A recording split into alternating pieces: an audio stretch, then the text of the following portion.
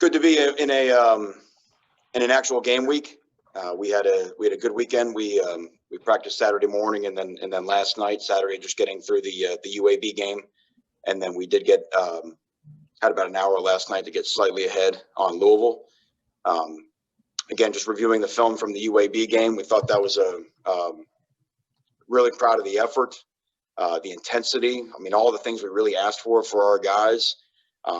The attitude. I know coaches say these things all the time, but especially in the stadium with the reduced fans, and just I thought the energy on the bench, even when things weren't going great in the first quarter or when UAB responded with a touchdown drive in the third quarter, our guys were they were eager to get back out there and make things happen. A ton of technique execution mistakes that are not unusual for an opening game of the season. Just things that you got to get in the big stadium under the lights against an opponent, and those things will be there. And I think the players see that. And I think that's been we've had a really good attitude this weekend of understanding that we can certainly be proud of the victory. We learned on Saturday how hard it is to win a football game. We know that. All you have to do is look around college football. But now to be the team that we want to be, we've got to clean up some of these errors and continue to try to grow and evolve as a football team. Obviously, going on the road to Louisville is I mean, they were predicted to be the second best team in the Atlantic before we all lumped up into one big pile. If you were playing fantasy football in the ACC, their combination of quarterback, running back, and wide receiver, right up there at the top three. I mean, them, Clemson, North Carolina, I would think would be the top three in terms of just skill positions, explosion on offense. They're probably the best outside zone running team in America. But the biggest difference from watching them on Saturday night is their defense has made a great transformation. You can see year two in being in a system for the first time. I think it's 5 years. It's the first time that Louisville's had a defensive coordinator, the same defense coordinator in back-to-back years. Their kids are a lot more confident, playing very aggressively. They're much more multiple than they were a year ago. They tackled outstanding for an opener. And again, very much like the UAB Central Arkansas game, the score was a little bit misleading because Western Kentucky really benefited from some really beneficial field position. So our guys will be very excited to play Louisville on a Saturday night, college game day. Here we go, week one in the conference. Great. Thank you, Coach. We're going to start with Christopher Stock from Inside the U. Chris, go ahead. Coach, the depth chart came out and you got Ja'Kai Clark there on the first team. Can you speak on maybe Traore, how he played, and maybe what he saw from Clark in camp? And then also Corey Gaynor was named ACC Player of the Week for offensive line. If you could speak on him, maybe how he looked to you. Yeah, I thought the entire offensive line played very well. I was proud of their effort, and to go out and have 300 yards rushing by the end of the third quarter is quite a feat. Traore didn't play poorly. Ja'Kai Clark is a guy that we've known is a starter quality player. We felt like we were deeper this year on the offensive line than we were a year ago, and just as reviewing the film with the offense staff, we just felt that that Ja'Kai would maybe settle in a little better at left guard, but I think you'll continue to see us go past 5 deep, 6, 7, 8 guys be able to go in there. Great. Next up, we've got Manny Navarro from The Athletic. Manny, go ahead. Hey, Coach, 2 questions for you. One, obviously, you always get bumps and bruises that first game. Wondering if there are any guys, particularly Cam Harris. I know he got hit low there at the end of the third quarter. How his legs doing, and then also, you're going on the road for the first time, obviously during a pandemic. Just the differences in traveling, what that's going to be like for you guys compared to maybe last year. What kind of things you're going to change with that? Yeah, Cam's fine, good to go. Practice this weekend. We really came out pretty healthy from game one, so that was great to see. In terms of traveling on the road, some of the things I don't even know yet what will be different, but there are certainly going to be differences. Obviously, the way we space out on the buses, extra buses, the way that we space out on the airplane, everybody in masks the entire time. So, for example, you don't serve food on an airplane anymore. We don't serve food on the bus. So even like after a game, everybody would normally have their snack on the bus as you're driving to the stadium. That won't be the case this year. You've got to eat at the stadium before you go. So just all the little things like that. I think there's some different things in terms of just, checking in with the airline, all that type of deal. But it just, hey, listen, it is what it is. At some point, it's going to be 7:30 Saturday night. We'll go play a football game. Thanks. Next up, we'll go to Gary Fuhrman from Kane Sport. Gary, go ahead. Hey, Manny, how are you? I got a couple quick questions. First, now that you've gone through opening week and played UAB, how much more do you feel that maybe you got out of that game in the sense of playing, a little higher caliber opponent than say like a FAMU or a Bethune, or not to diminish any individual school or Wagner, or, just want to, that you actually had a real game, you were tested, you had to respond in the third quarter. How much do you feel you got out of that? And how much better will that make you going on the road this week to Louisville? And then my second question would be, with game day, with an ABC primetime audience, the program's back on the big stage, so to speak. How much does that mean to you and to the program in trying to, restore respectability, respect, whatever you want to call it? The first part of your question, I mean, there's tremendous value in beating UAB. I mean, I don't know if anybody believed me, but I kept saying before we played them that they're a really, really good football team, and they have really good football players. And watching them in person, the running back's a really good player. The wide receiver is a really good player. Their offensive line did a really nice job. Defensively, I mean, there will be defenses we play this year that aren't as good as their defense. They won't lose many more games this year. But to your point, just getting that adversity, getting that challenge. Look at college football on Saturday, right? I mean, there's not as many these games. Sometimes we call upsets. Sometimes they're not as much of an upset as we think they are. So our guys learned a lot. They were certainly tested, and I think we will be better for that going into game 2. Now, in terms of everything you're saying surrounding the game, that's exciting. I mean, our guys come to Miami to be in those type of atmospheres in terms of, I know the fans won't all be there, but in terms of game day and whatnot. But I think you mentioned something about, prestige and these type of things. As you know, that's always a moving target. I mean, whatever happens, what's important this week, there's something more important than the following week. So the focus still has to be on playing a football game against Louisville's football team. And, and all the sideshow stuff really won't matter once we get to kickoff. Okay, next up, we've got David Teal from the Richmond Times-Dispatch. David, go ahead. Manny, so far in the league, we've seen North Carolina State have to ask for a postponement with its game against Virginia Tech, and then Virginia Tech have to turn around and ask for a postponement of its game against UVA. Among the coaches, is there a certain amount of empathy just to think, the shoe could easily be on the other foot? Yeah, there's no question. I mean, I think the schedule was built this way with some flexibility. And let's use Major League Baseball as an example. I mean, obviously down here we saw that the Marlins had to sort of take a week or so off, and you've seen some other teams do it, but they have found a way. They've been able to replace the games, and we're heading towards the end of a baseball season. So everyone knew that 2020 was not going to be all smooth sailing, and there'd be some people taken out of their comfort zone. And as I mention it on this every week, as we tell our players every week, we are only as good as our next test. And that's why we have to continue to be diligent in all of our actions. And then, are you traveling the day before the game still? We are, yes. It's just for being down here in Miami, these trips are just too far for us to go on the day of the game. Right, exactly. So, what kind of extra precautions do you need to take at your hotel? What all goes into that protocol? Certainly, again, just keeping our players around our players. No different than we had. We were in a home hotel last week, right? So hotel is a hotel is a hotel. But just making sure that we don't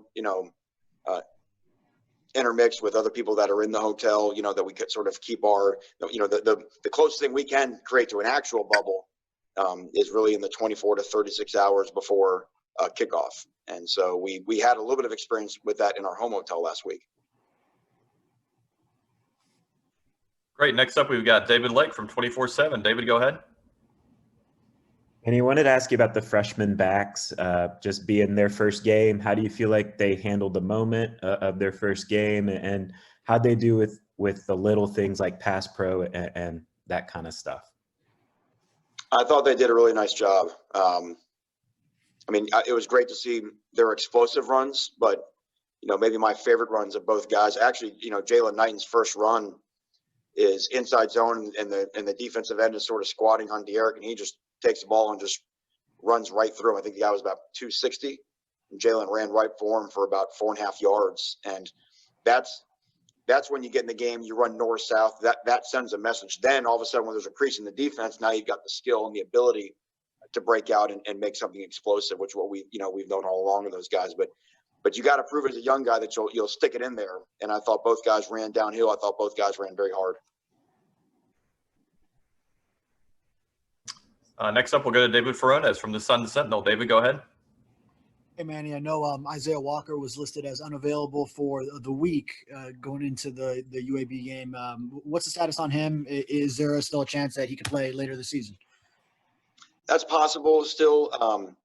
Really, with Isaiah, we're waiting for a medical clearance on Isaiah as well. And until we really know that, you've got the eligibility thing, and you've got a medical deal as well. And that's sort of where he's at right now. So we'll just, we'll sort of go through both procedures and see what happens. All right, next we'll go to Chris Perkins from Sports Illustrated. Chris, go ahead. Hey, Manny, wanted to know what you found out about your team, that final possession of the first half. I know it wasn't exactly 2-minute offense. I think you took over with 1 and change, but did you find out anything about blocking or De'Eric King's decision-making, anything along those lines? Yeah, we called the timeout. You could have called the timeout after second down on defense, but there are 2 minutes left, and I thought with the way that our offense goes, I didn't think we did not need that much time to score. We got going, and we called time after third down. They punted to us. We got going. We got across the 50, and then obviously went up with a negative play right there that took us out of scoring position. We called a really good call on third down, called the screen. Really just trying to get half of it back to get Jose out there to kick a field goal. We could have tried Jose on a field goal from that distance. I've got confidence in him to make that. But at 14-7, I felt that the risk of a long field goal with a potential block and a return with the way that our defense was playing against their offense, I didn't think that the 3 points was worth the risk of that. And I also felt that lining De'Eric up for a Hail Mary in that situation is not anything any defensive coach likes to see. So it was great to get in the game and get the dynamics. I thought our guys handled it smart, whether it was Cam Harris getting out of balance one time after a first down. I thought our procedure was pretty good. And I think that UAB kind of brought pressure one time and fell back a lot of the time. I think I'm correct on that. But how did De'Eric handle that? How did the offensive line handle that? Yeah, sometimes good and sometimes okay. Normal for a game one. And again, I want to go back and again mention UAB played a different defense against us than they showed in game one or last year, coverage-wise and front-wise. So I thought our offensive line, I thought our offensive staff, and everybody on that side of the ball did a really nice job adjusting to some of the things that they did. But in terms of just staying in there, make sure we picked everybody up, make sure we're going through all the reads. I think sometimes, again, in a game one, that process can be sped up a little bit, just the techniques of how we run our routes, how we stem our routes. The finer details is what you normally get better at as the season goes on. And there was plenty of that to see on film that I think our guys know that they can improve. All right, we've got time for a couple more. We'll next go to Tom D'Angelo at the Palm Beach Post. Tom, go ahead.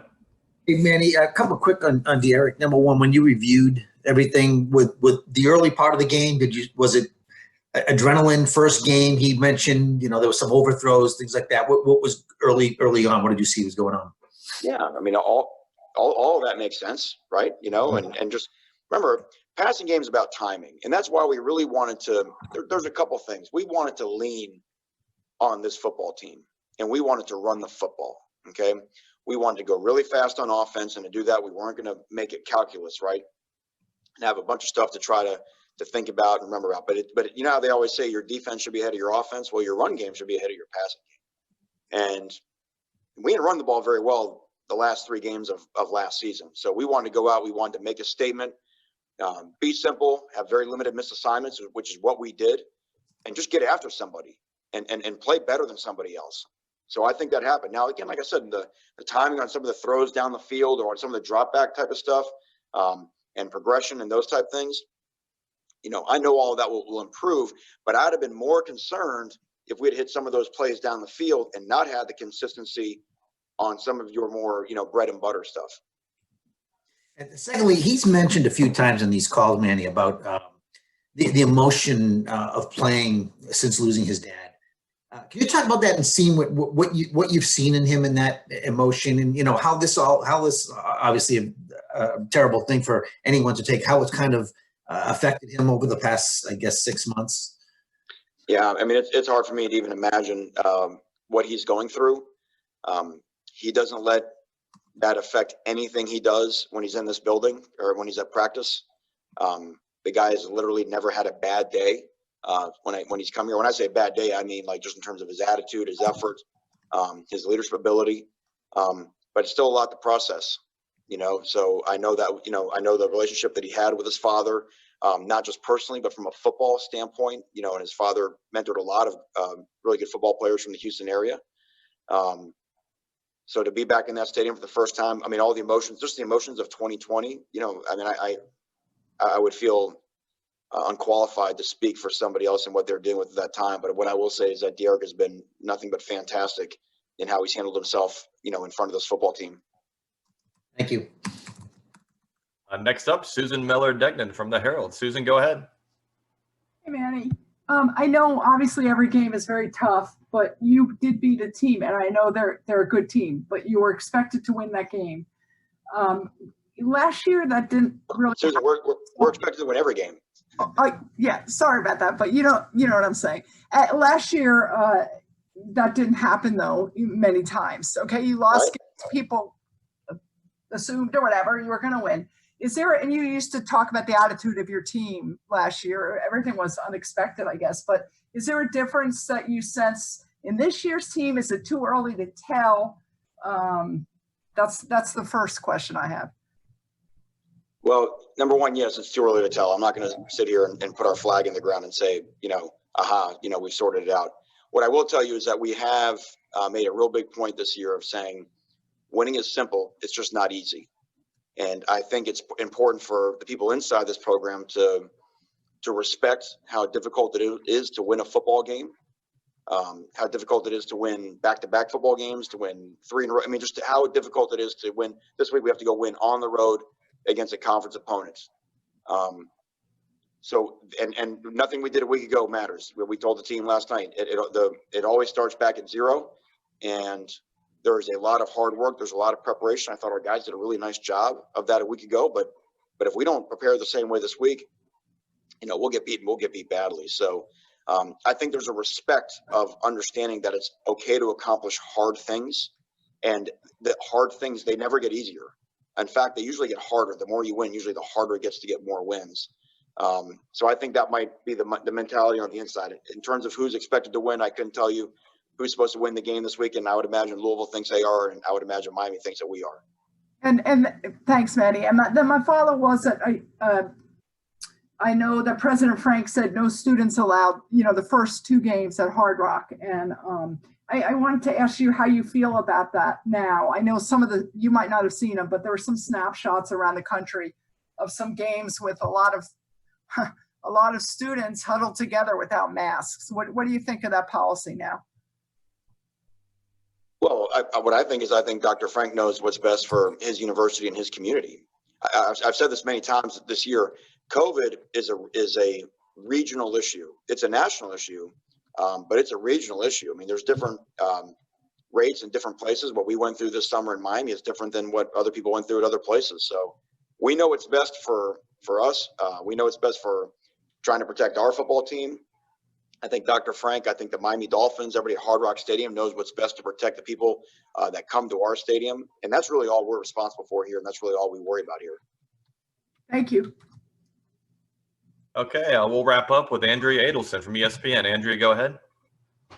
Manny, with respect to the passing game, last year against Louisville was probably your best passing game of the year. And I know it's a different offense, but is there anything you can take away from the success that you guys had last season, and maybe some of the advantages you had with your speed and skill going into this one? What we need to take away from it is don't pay attention to it because it's last year. to your point, it's a very different offense than we were a year ago. They're a different defense than they were a year ago, somewhat schematically, but just again the temperament that we're playing with. So again, last year's game we executed very well in all three phases, but that doesn't really make any much of a difference a year ago. And I would imagine that they'll be highly motivated to show that they're not the same team that they were on that day. And guess what? We're highly motivated to show that we're not the same team we were on that day as well.